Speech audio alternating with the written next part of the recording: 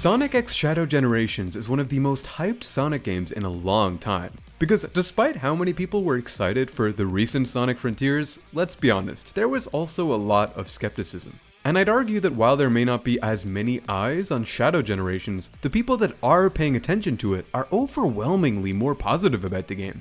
I mean, seriously, people are expecting this to be the best 3D Sonic game in the franchise since 2011 with the original Sonic Generations. Which is a little ironic, isn't it? But here's the thing, Sonic X Shadow Generations is a remaster first and foremost, which in some ways should be a huge red flag, because what Sonic remaster did we get only 3 years ago? Yeah, not the best track record. Yet clearly, things are being done a lot better this time around, and I thought it would be interesting to analyze and discuss as to why that is. Firstly, let's lay some groundwork, because these remasters are both going for very different approaches. Sonic Colors Ultimate is attempting to not only improve upon the original game, but also add extra content for players to experience. A pretty standard approach for when it comes to remastering a game. Meanwhile, Sonic X Shadow Generations wants to largely keep the original game intact with very small additions, and then provide what is essentially an entirely new game bundled with it. This approach for a remaster is very obviously inspired by Mario 3D World Bowser's Fury, which I'm not complaining about for the record, just making the comparison.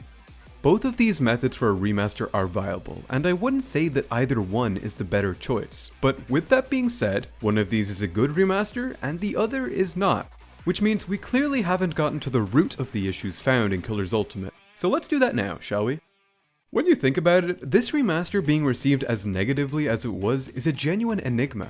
Because this remaster on paper sounded like a slam dunk. I mean, come on, the original Sonic Colors for the Wii was met with almost nothing but praise at the time of release. Many saw it as a turning point for the franchise, and in only the most positive of ways. So making it HD, adding a few features here and there, and then repackaging it for newer consoles should have been a golden ticket to success. And yet, it wasn't. The remaster had its fans, but it was largely met with negativity, especially within the Sonic community. Despite the fact that when you list out its additions, Colors Ultimate had a lot going for it. HD graphics plus support for high frame rates, higher fidelity textures and models, a new Wisp that came bundled with new routes to explore, customization for Sonic, updated visuals, remixed music. This sounds like a pretty great remaster when you lay everything out like that, and I wouldn't blame anyone for coming to that conclusion based off of that info. But as we know, we don't live in a world where Colors Ultimate is considered great. I'd argue that one of the bigger reasons as to why is due to the change in visuals. This is a topic that has already been covered extensively, so I don't want to linger too much on it, but it's hard not to talk about. When you look at these two games side by side, it's so easy to criticize the fact that everything is suddenly glowing in Colors Ultimate. Bear in mind, I like Bloom. I think it can look great when used well, but Colors Ultimate is not one of those examples to me. Something I will admit though is that in isolation, a lot of the new graphics look fine. The issue is when you compare it to the original lighting and realize it generally looks worse, you can't help but question why they changed it in the first place. But that's enough talking about the visual differences, because what I consider to be the true downfall of this remaster is the blatant lack of polish. Almost anywhere you look in Colors Ultimate, there are issues. Even for simple things like the level select walking animation that you see all the time. It plays at half the speed for some unknown reason.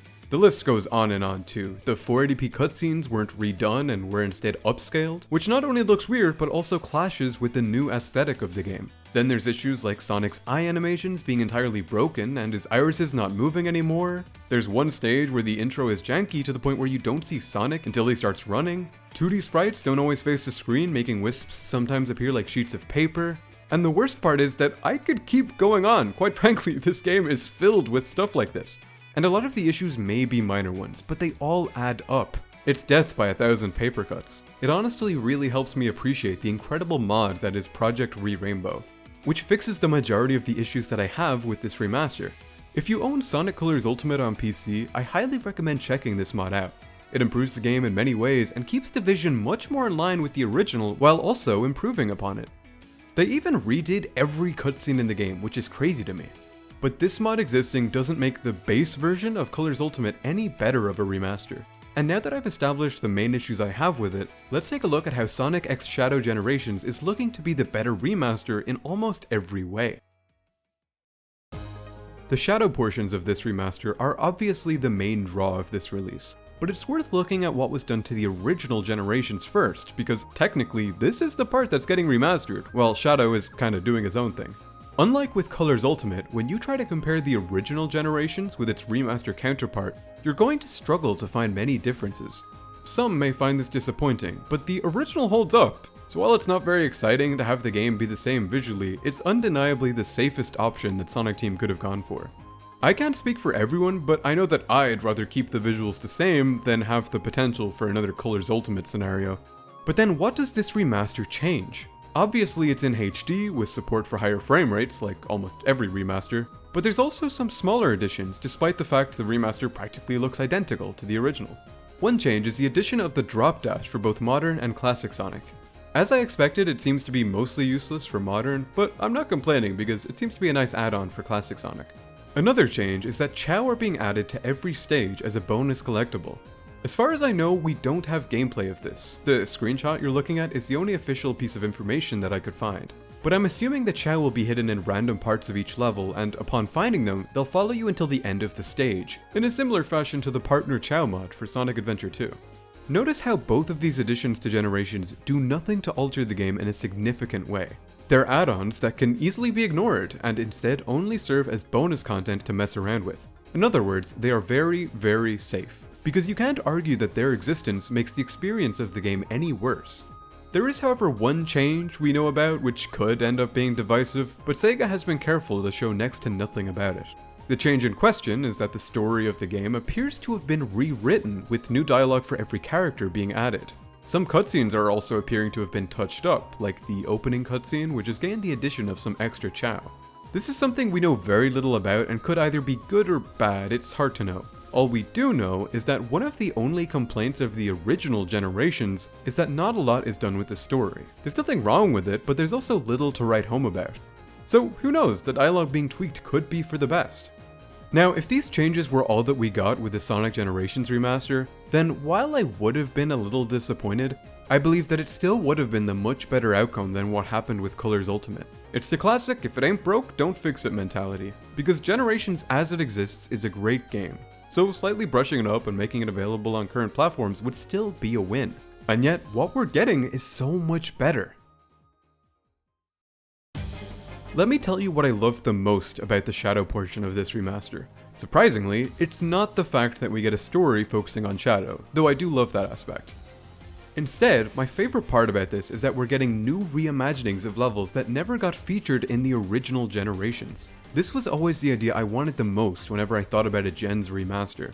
Because sure, Gens has a great selection of levels that represent the franchise, but there's a whole lot of games and levels that never got featured, and I'm including games that came out after Generations in that category, because a remaster presents the opportunity for levels from those games to be added.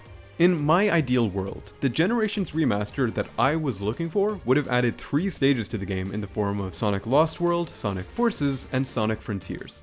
Something that I felt could be possible, but admittedly I thought it was a little far-fetched. Adding that much content to a pre-existing game creates the worry of tainting the original vision that the game had. Not only would the levels have to be of the same quality of the original stages, but there would also have to be some kind of explanation in the story as to why we can suddenly play Sonic levels from the future as opposed to them just being from the past.